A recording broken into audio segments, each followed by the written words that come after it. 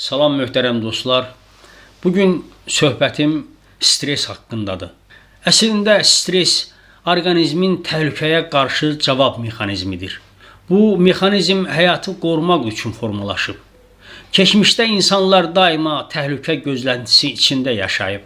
Elə ki təhlükə, məsələn, vəhşi heyvan hücumu olub, bu zaman ya qaçıblar ya da döyüşüblər. Yəni stres keçmişdə də, indi də var.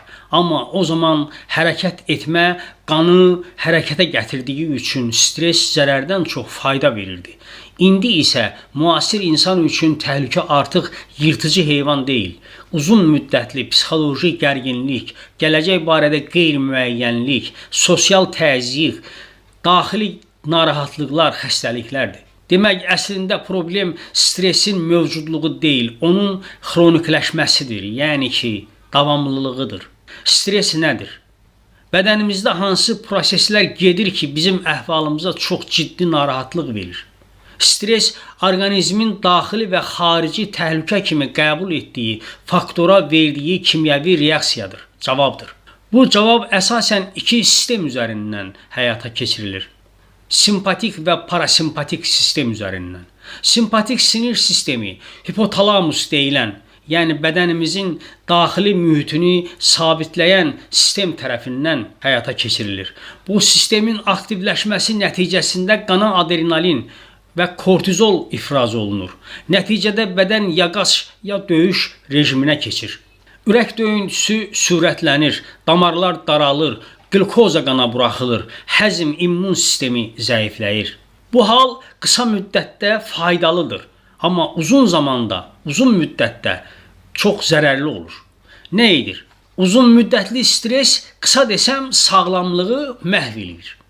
Kortizolun daima yüksək həddə olması əzələ itkisinə, sümük zəifləməsinə səbəb olur. Hüceyrə daxili mitokondrial funksiyanı, yəni bədənin o enerji istehsal edən sistemini çökdürür. Nəticədə bədəndə enerji çatışmazlığı yaranır, bədən gücsüzləşir. Sinir sistemi həddən artıq həssaslaşır, hava dəyişməsinə, günəş qasırğalarına, soyuğa, istiyə qarşı çox həssas olur. Nəticədə panika, aritmiya, təzyiq oynamaları başlayır.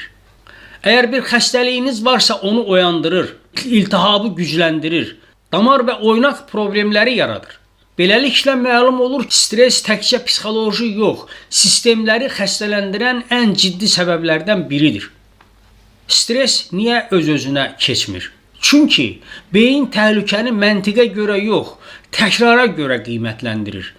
Əgər eyni düşüncə, eyni qorxu, eyni gərginlik davamlı təkrarlanırsa, beyin bunu daimi təhlükə kimi hiss edir, qəbul edir. Ona görə də stres reaksiyasını söndürmür. Sanki əskər yorğundur, yuxusuzdur, amma təhlükə var deyə yata bilmir. Nəticədə ciddi fəsadlar çıxır. Stresin idarə edilməsi nə deməkdir? Stresin idarə edilməsi onu tam aradan qaldırmaq deyil. Məqsəd stres reaksiyasını vaxtında söndürmək, sinir sistemini yenidən təhlükəsiz rejimə qaytarmaqdır. Bundan ötürü bir çox halda həkimlər keyləşdirici dərmanlar yazırlar. Lap açığını deyim. Çünki əsl dərman insanın özündədir. Onu heç bir həkim sizə verə bilməz. Daha doğrusu, həkim yol göstərə bilər, amma yolu getmək sizə qalır. İnsanın özündə olan o dərman nədir? Necə dərmandır? O nəfəsdir. Bizi bu həyata bağlayan ip, nəfəs. Yadda saxlayın. Bütün söhbətin əsası bax bundadır. Yavaş və ritmik nəfəs parasimpatik sinir sistemini aktivləşdirir. Yəni bədəni sakitləşdirən sistemi aktivləşdirir. Necə? Siz 4 saniyədə nəfəs alın. 4 saniyə saxlayın və 6-7 saniyə ərzində nəfəsi boşlayın. Bu ritmik şəkildə olmalıdır. Ən çoxu 3 dəqiqə yetərlidir, amma öyrəşəndən sonra 1 dəqiqə də kömək edir. Nə olur? Ürək ritmi sakitləşir. Kortizol azalır. Kortizol nədir? Bayaq dedim, o stres hormonudur. Onu böyrək üstü vəzlər istehsal eləyir. Necə ki adrenalini istehsal eləyir. O da bir növüdür. Elə ki beyin nəfəsin sakitləşdiyini görür, təhlükənin keçdiyini başa düşür və normala dönür. Bunu deyim ki, yadda saxlayın bunu. Beyin ritmi sevir. Eyni saatda yatmaq, oyanmaq, gəzmək, yemək və s. Ritmli yaşamaq sinir sisteminə təhlükəsizlik siqnalını verir. Stres hormonlarının dalğalanmasının qarşısını alır, azaldır. Stres həyatın düşməni deyil, dostlar. O, düzgün işlədikdə qoruyucu mexanizmdir. Problem stresin uzun müddətli nəzarətsiz və ritmsiz qalmasıdır. Elmi yanaşmalar göstərir ki, stresi idarə etməyin yolu onu boğmaq yox, sinir sisteminə təhlükəsizlik hissi verməkdir. Sağlamlıq heç də gərginliksiz həyat deyil. Gərginlikdən sonra tez bərpa olunan həyatdır.